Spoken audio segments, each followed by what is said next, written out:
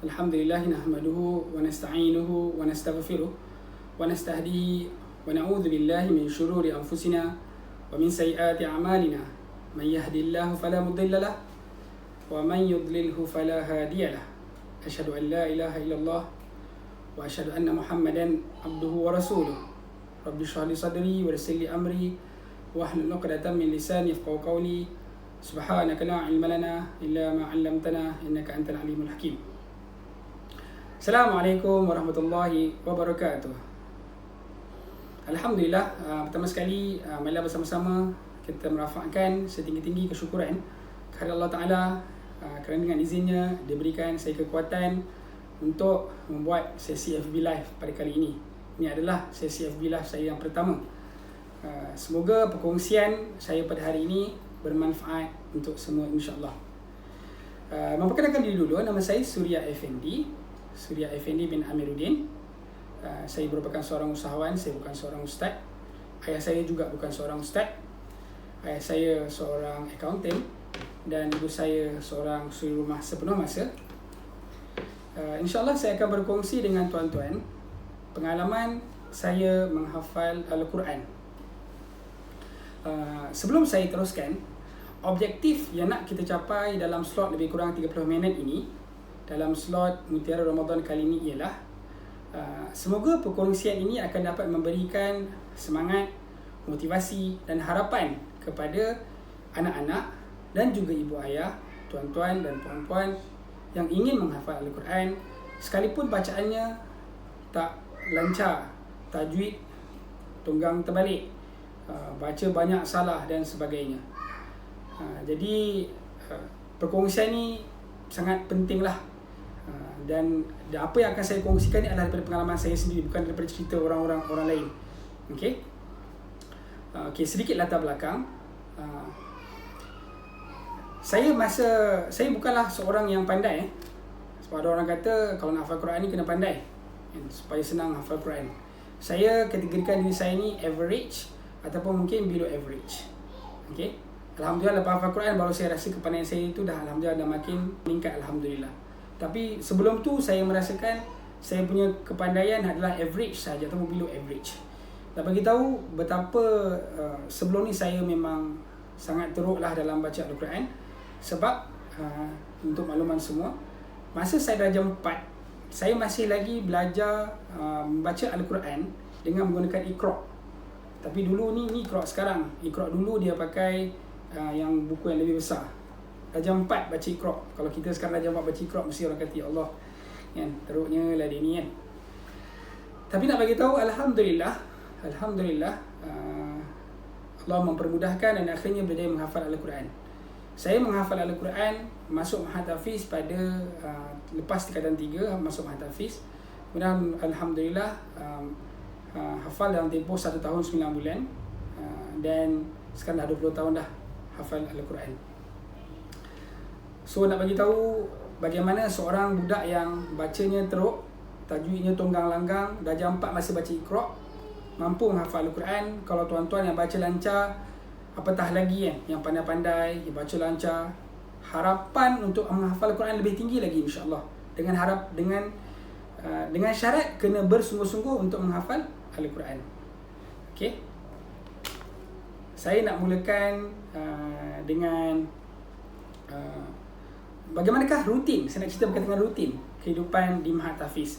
Saya faham dalam sistem persekolahan ada yang tahfiz tu part time, ada yang buat sikit-sikit, ada yang campur dengan akademik dan sebagainya.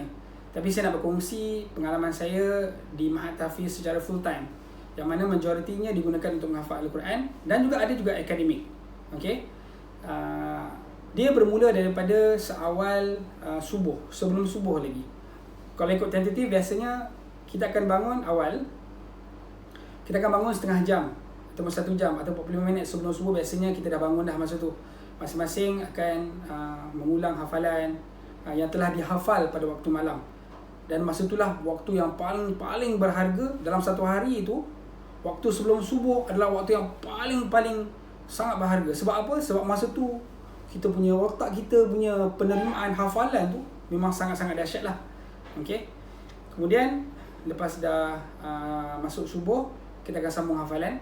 Kita lancarkan semula hafalan yang malam tadi. Dan kita lepas subuh kita akan tasmi' dengan ustaz. Kita akan tasmi' lepas subuh sehingga jam 7 pagi. Kadang-kadang lepas ramai orang, dia akan lajak 7 suku, kadang-kadang 7.30, biasa 7 suku lah. Okey, dia akan lajak macam tu. Dalam sistem tahfiz ni, kita ada 4 terms yang yang tuan-tuan kena tahu. Yang pertama adalah sabak, yang kedua adalah para sabak, yang ketiga adalah mukhtar, dan yang keempat adalah mukhtahatam. Sabak ni maksudnya hafalan baru. Okey, kita akan tasmi' dengan ustaz hafalan baru. Ni lah yang tadi saya sebut tadi, lepas subuh sehingga jam 7 pagi. Yang kedua adalah para sabak. Para sabak ni maksudnya kita akan mengulang 7 muka surat daripada page yang terakhir yang kita tasmi' tadi. 7 muka surat ke belakang. 7 muka surat ke belakang kita akan tasmi'. Yang ni dalam pukul 8.30 hingga pukul 8.30 sehingga pukul 10. 8.30 hingga 10 ni waktu para sabak.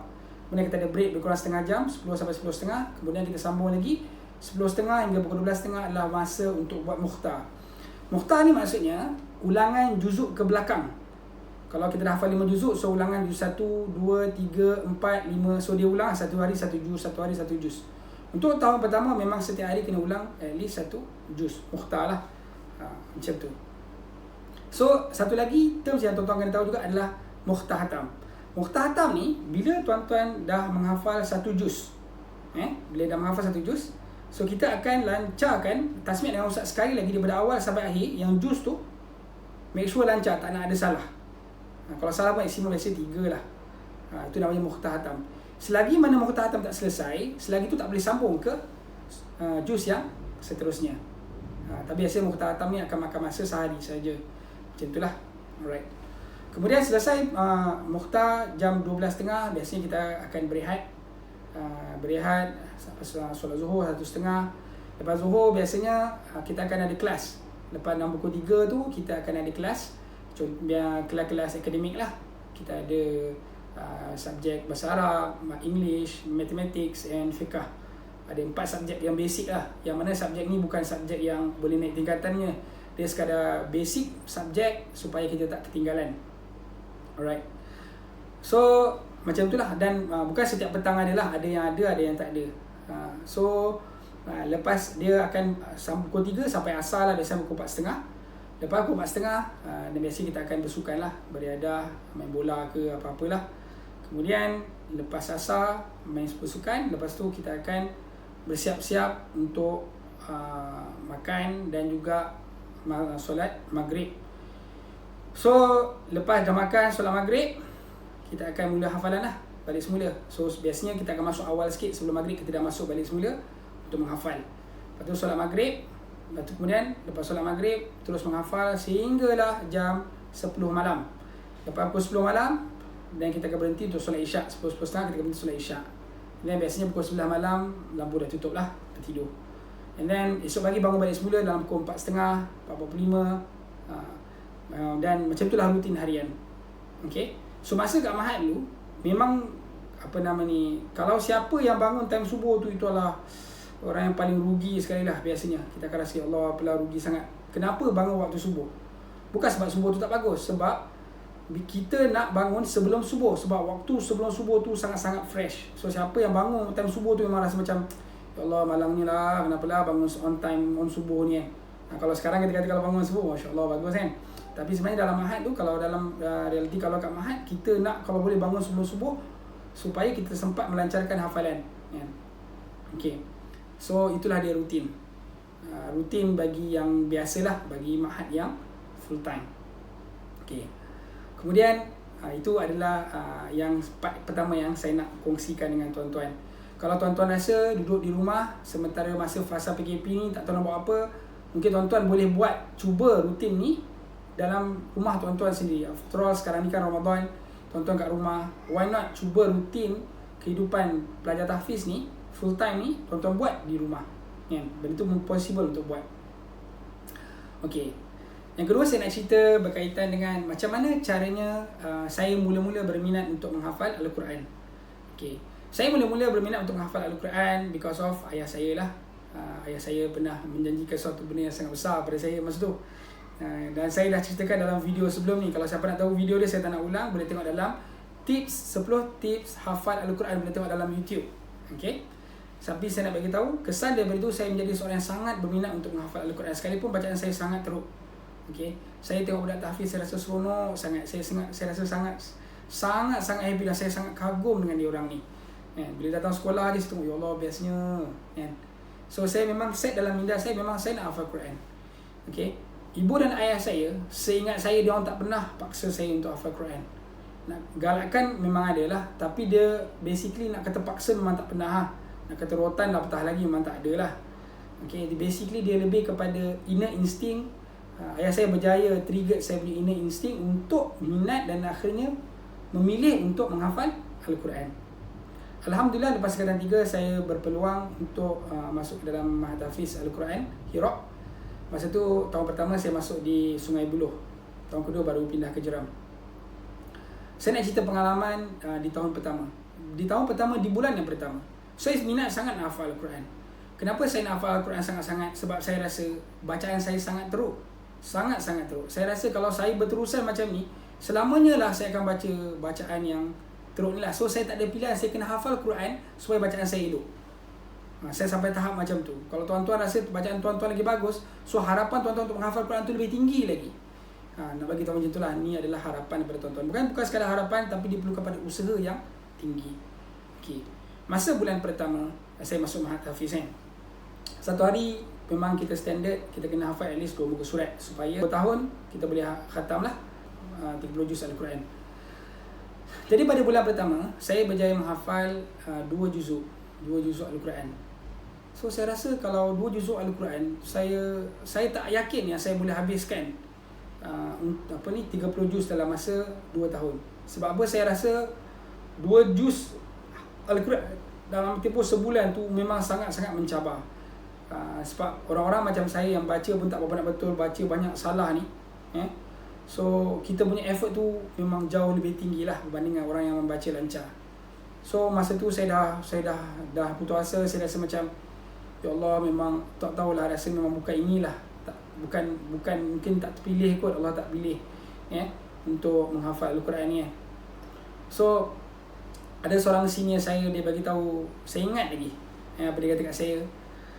Dia kata apa, Surya, cuba kau tengok apa ni yang budak A tu, saya tak sebut nama lah. Kau tengok dia baca Quran, kau tengok dia baca tu tersengguk-sengguk tak dia baca. Jadi saya kata, dia baca tersengguk-sengguk. Dalam tersengguk-sengguk dia tu pun dia tak putus asa. Kau tahu tak berapa juz dia hafal setahun? Tak tahu. Setahun dia hafal 4 juz je. Setahun dia hafal 4 juz dan dia tak putus asa langsung, dan dia masih lagi tersengguk-sengguk menghafal Al-Quran. Kau 1 bulan hafal berapa juz? 2 juz. 1 bulan 2 juz, kau nak give up? Kan? Masa tu saya rasa, ya Allah, saya macam tersentak lah. Saya rasa, ya Allah, Tuhanku, macam hebatnya. Saya rasa sangat-sangat kagum lah. Kagum dengan budak tu. Bukan saya rasa ni apa, dia tak pandai sangat ni sampai tak boleh hafal. Saya tak pandang macam tu. Saya pandang, ya Allah, hebatnya. Dia seorang yang sangat cekal, bersungguh menghafal, sekalipun memang hafal lagi teruk, tapi dia bersungguh dan dia tak putus asa. Yang part yang tak putus asa dia saya ambil tu. So saya rasa macam, ya Allah, dunia aku jauh lagi bagus daripada aku ni. Kan? Aku rasa ni dah hafal 2 juz, 1 bulan 2 juz pun tak tahu nak bersyukur. Kan? Mungkin sebab masa tu saya target nak lebih cepat agaknya, lepas tu saya cepat putus asa kan. Lepas tu saya tersedar dan saya memilih untuk meneruskan hafalan. Dan Alhamdulillah, pada tahun pertama, selepas dengan payah semua tu, saya berjaya hafal 15 juzuk Al-Quran. So bila 15 juzuk, kalau 2 tahun 30 juz lah, betul. Tapi masalah dia 15 juz tu pada bulan 12. Maksudnya sebab hari ihtifal ni adalah hari penyampaian hadiah. Hari penyampaian hadiah. So kalau sekiranya saya teruskan dengan momentum yang sama, yang saya dah push to the limit ni, momentum yang sama, saya maksimum saya dapat 30 juz pun masa tu dah bulan 12 juga. So maksudnya saya tak sempat nak jadi hafiz sebelum tarikh hari ihtifal, hari penyampaian hadiah. Okay. Saya tak naklah nanti semua orang dapat hadiah, dapat dapat dapat hafiz Al-Quran, tapi saya tak dapat, kan? Saya rasa sangat sedih lah. Lepas tu tak apalah, saya teruskan usaha. Masuk je tahun kedua, ustaz kata, masa tu dekat Mahat Hafiz ada dua lah, ada dua orang ustaz. Satu Ustaz Zaid, saya Ustaz Zaid. Yang kedua adalah Ustaz Amin, arwah Ustaz Amin baru saja meninggal. Ustaz Amin ni very lenient lah. Dia kata siapa-siapa bawa dia tak ada masalah, lepas 15 juz, maksudnya tak payah nak ulang balik semula pada awal, boleh sambung terus. Ustaz Zaid kata no, semua sekali yang kelas dia berapa juz yang dah hafal, ulang balik semula pada awal sampai habis, lepas tu baru boleh buat hafalan baru. Saya masuk dah hafal 15 juz, maksudnya saya kena ulang balik semula daripada juz 1 sampai juz 15, make sure lancar, baru boleh sambung balik semula juz 16 dan seterusnya. Masa tu saya dah kata, ya Allah, ya Tuhanku, kalau nak, sebab kalau dengan masa yang ada ni pun tak cukup nak habiskan 30 juz. Kalau nak pulang balik semula 15 juz, memang confirm lagi tak sempat. Lepas tu bincang dengan Ustaz, boleh ke Ustaz kalau kita postpone hari Ihtifal? Ni cerita betul ni. Lepas tu Ustaz kata mana boleh, kan? So maksud hari Ihtifal tu fix, memang tetap. So saya kata, ya Allah, macam mana nak buat ni, kan? So saya tak ada pilihan, Ustaz tak bagi juga, memang kena mengulang 15 juz dulu baru boleh sambung. Perlu yang satu lagi tu dah teruskan hafalan. Lepas tu saya pun mengulang lah 15 juz, alhamdulillah lah, bacaan saya lancar, ingat. So satu hari saya boleh baca 1 juz, so lepas 15 hari saya terus masuk juz ke-16. Tapi itu pun dah delay 15 hari 15 hari untuk hafalan lah. 15 hari bekerja. Kemudian bila lepas teruskan hafalan juz 16 dan seterusnya, biasanya saya hafal satu hari 2 muka. Sampai satu masa saya perasan saya punya hafalan makin berkurang, makin menurun. Daripada 2 muka, tiba-tiba turun jadi 1,5 muka. Tiba-tiba jadi setengah muka.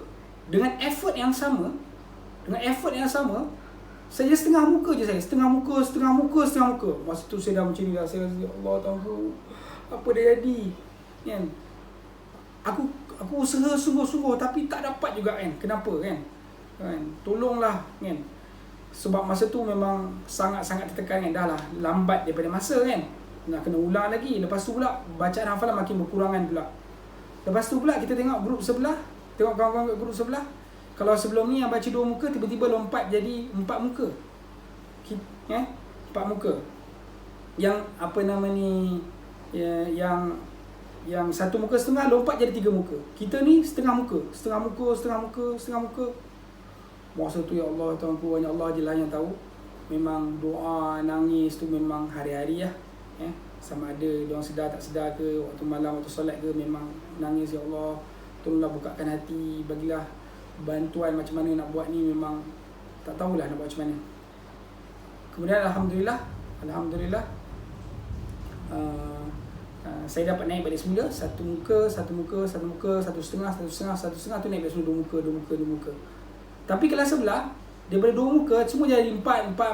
Saya masih lagi 2. Saya kata, ya Allah, ni kenapa lagi ni, apa masalah ni, kan? Lepas tu kalau tengok daripada jadual, memang tak sempat nak hafiz ni, memang tak sempat nak hafal Quran. Kemudian saya ada 2 pilihan, dan ni adalah pilihan paling besar yang saya buat, antara pilihan hidup yang paling besar.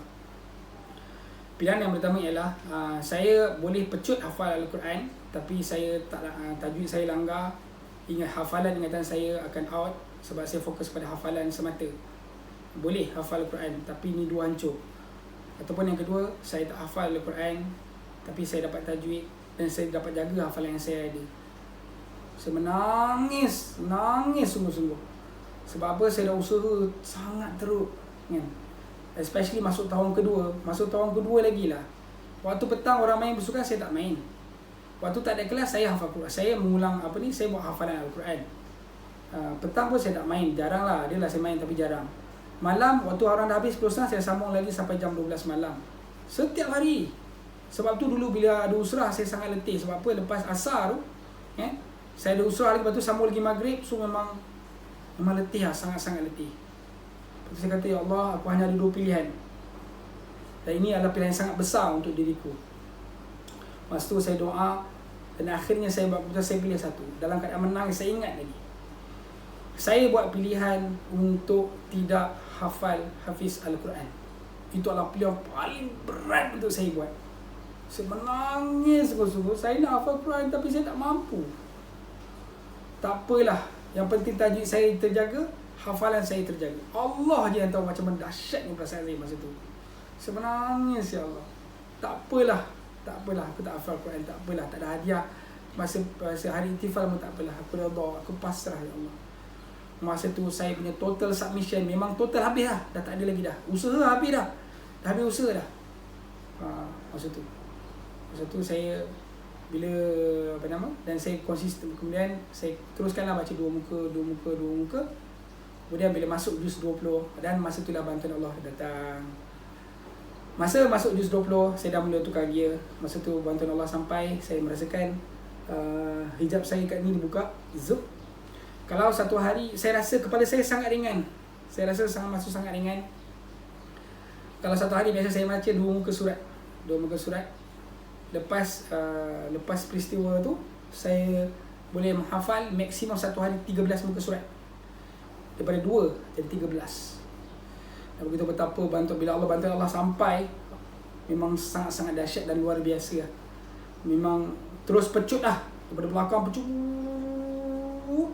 Dan saya masih kekal mukhtar saya. Sekalipun tak satu juzuk, saya dapat konsisten setengah juzuk. Setiap hari memang baca. Adalah 1-2 yang terlepas. Tapi basically, almost setiap hari memang tak miss lah mukhtar tu. Setengah juzuk setiap hari. Kan? Alhamdulillah, pada 24 hari bulan 9, saya berjaya menghafal Al-Quran. Saya tak tunggu 25 hari bulan. 25 bulan bersedia saya. Kenapa saya tak tunggu? Sebab saya takut ada orang pecut. Sebab kita masa tu saling berlumba dengan pelajar yang lain. 25 bulan bersedia saya. Sehari sebelum tu saya dah hafal Al-Quran, Alhamdulillah. Tapi tak lama lepas tu, lepas hafal Al-Quran, kita ada exam. Okay, kita ada exam. Lepas tu saya beritahu dekat ibu saya kata, ibu tak payah harap apa-apa lah. Sebab bila pecut laju sangat ni, so akan ada yang tak lancar ni. Ada juz yang tak lancar. So, ujian, sebab hari ihtifal bulan 9 mungkin lepas dalam tempoh sebulan tu, ada exam. So, memang saya tawakal lah. Pasrah. Okay. Alhamdulillah, satu hari saya ulang 5 juz setengah. Saya ulang 5 juz setengah. Saya ingat lagi masa saya menghafal dulu, biasalah budak-budak kan, dia pernah cakap kat saya, dia kata, Surya, kau ni hafal bersungguh, semangat kan, banyak hafal, tapi bila baca banyak salah. Lepas tu pula banyak salah, lepas tu banyak lupa pula tu. Dia gelakkan saya kan. Saya senyum je. Saya tak peduli kat semua tu. Saya teruskan menghafal. Saya menangis, saya dengan Allah Ta'ala. Lepas tu bila time exam, kita ada ada 5 soalan. Satu soalan awal surah, satu soalan awal makra', dan lagi 3 soalan tebuk satu Al-Quran lah. Dia tebuk. So boleh buka apa saja. Alhamdulillah, lepas sampai exam, ada 4 orang dapat anugerah Hafiz Cemerlang, dan salah seorang yang dapat anugerah tu adalah saya. Dan kawan-kawan saya yang dulu gelakkan saya itu semua fail. Betapa Allah tu adil. Orang yang susah menghafal, dia kuat mengingat. Orang yang mudah menghafal, biasanya dia kurang sikit bab ingatan tu. So nak bagi tahu, orang yang kurang kuat menghafal, usahalah sungguh-sungguh, insya-Allah ingatan tu lebih kuat lagi. Okey. Alhamdulillah, bacaan saya lancar, dan saya dapat Hafiz Cemerlang lah. Dan semenjak tu kehidupan saya berubah lah. Okey. Dan lepas tu saya dapat macam-macam award sampai sekarang, alhamdulillah. Okey. So itulah pengalaman yang saya rasa saya nak kongsi dengan tuan-tuan. Saya nak bagi tahu bagaimana seorang budak yang dulu bacanya sangat teruk, baca Iqra' je masa darjah 4, alhamdulillah pada tingkatan 4, tempoh 1 tahun 9 bulan berjaya untuk menghafal satu Al-Quran. Okay. So bendanya bukan mudah, tapi tak mustahil. Kita doa sungguh-sungguh, semoga Allah bagi bukakan pintu hati kita, bukakan minda kita untuk memudahkan kita menghafal Al-Quran. Okeylah, saya nak kongsi satu benda lagi. Antara soalan yang biasa orang tanya, orang budak tahfiz ni, dia makan, dia kena jaga makan ke? Kan? Dalam Quran senang je Allah kata, ya ayyuhallazina amanu kulu min thayyibati ma razaqnakum. Wahai orang-orang yang beriman, makanlah daripada makanan-makanan yang baik. yang telah direzekikan kepada kamu. Ataupun ada satu lagi ayat Quran Allah kata ya ayyuhan nas kulu mimma fil ardi halalan thayyiba. Makanlah daripada makanan yang halal dan baik. So senang. Makanlah makanan yang halal dan baik, kan? Tak adalah kata makan pedas tak boleh, makan tu tak boleh, makan ni tak boleh, kan? So as long as makanan tu makanan halal, makanan yang baik, so boleh makan. Alright. Satu lagi. Satu persepsi bila orang ingat asal orang hafal Quran ni dia dah jadi level macam malaikat. Ada juga orang yang berfikir macam tu kan. Orang hafal Quran ni masih lagi seorang manusia yang tak terlepas daripada melakukan kesilapan. Okey. Apa yang penting lepas kita menghafal Al-Quran bukan sekadar lancar hafalan semata sebenarnya. Apa yang lebih penting adalah sejauh mana Al-Quran yang kita hafal dapat merubah diri kita, dapat merubah iman kita dan merubah hati kita, kan? Dapat merubah perangai kita, sikap kita. Itu yang lebih penting, kesan daripada Al-Quran itu sendiri. Lancar Al-Quran mungkin ramai boleh lancar, kan? Faham satu hal lagi. Sebab tu kita kena ambil inisiatif untuk memahami isi kandungan Al-Quran. Kalau masa kat mahal mungkin tak sempat nak tengok semua makna. So dengan masa yang ada sekarang ni, inilah masa untuk memahami apa yang Allah cakap dalam Al-Quran dan kemudian merancang untuk melancarkan hafalan yang pernah dihafal.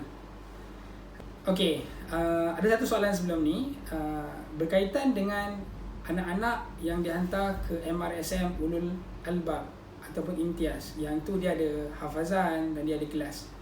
Macam MRSM Ulul Albab, saya difahamkan hafazan dia lebih kurang 1 jam pada waktu pagi dan tasbih ustazah pada tengah hari. Actually bila hafaz Al-Quran campur dengan akademik, dia sebenarnya memang satu cabaran yang besar kepada student tu sendiri. Satu, dalam menghafal Al-Quran ni bukan mudah. Mungkin dia pandai, mungkin lebih mudah lah, tapi by default memang sukar lah. So bila campur dengan beban akademik, dia akan jadi lebih sukar, kan? Jadi pemberat dia nak pilih yang mana sebenarnya. Dia nak yang akademik ke dia nak yang Al-Quran? Biasanya dia sukar untuk membalancekan antara kedua ni. Sebab tu biasanya bila dia dua-dua dia dapat, dia akan cenderung untuk miss yang salah satu ni. Dia mungkin boleh menghafal tapi mengulang dia kurang. Dia kurang lancar bab ulangan, dia mudah lupa dan sebagainya. Saya yang baca yang full time ni pun masih lagi bila dah lancar macam air sekalipun tetap lupa bila mana tak ulang. Okey. So tips dia macam mana nak supaya boleh ingat sentiasa. Tips yang paling mudah adalah jadilah imam solat tarawih kepada ayah-ayah. Bolehlah cuba untuk menghafal tak apa juz 30 pun tak apa, dan jadi imam tarawih. Sebab dengan cara itu kita akan lebih ingat apa yang pernah kita hafal. Wallahu alam. Semoga perkongsian saya pada petang ini bermanfaat untuk semua, dan jangan putus asa, jangan cepat berserah pada takdir seolah-olah macam kita ni dah tak pandai, tak boleh baca Quran tunggang langgang, orang gelakkan kita dan kita give up, man. Never give up, usaha sungguh-sungguh. Allah kata apa? Walladzina jahadu fina lanahdiyannahum subulana. Kita usaha sungguh-sungguh, Allah akan tunjukkan jalan. Kita kena yakin sangat-sangat Allah lah yang akan bantu kita, dengan syarat kita kena usaha sungguh-sungguh. Okey. Wallahu alam. Assalamualaikum warahmatullahi wabarakatuh.